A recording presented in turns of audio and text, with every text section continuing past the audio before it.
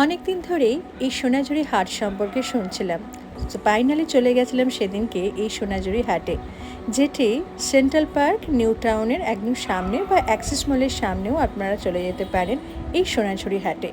কী না পাওয়া যায় এখানে, ফুল থেকে শুরু করে জুয়েলারি এবং ঘর সাজাবার নানা রকম জিনিস, ব্যাগ, তা তো আছেই।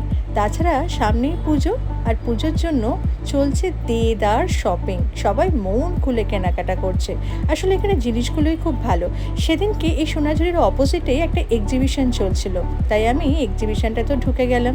আর ঢুকে গিয়ে বেশ কিছু ইউনিক জিনিস আমি দেখতে পেলাম, তাই সেখান থেকে আর থাকতে না পেরে বেশ কয়েকটা ইউনিক জিনিসের শপিং করে ফেললাম। যেমন এই ডায়েরিটা বেশ ইউনিক লাগলো, একটু অ্যান্টিক লুক আছে।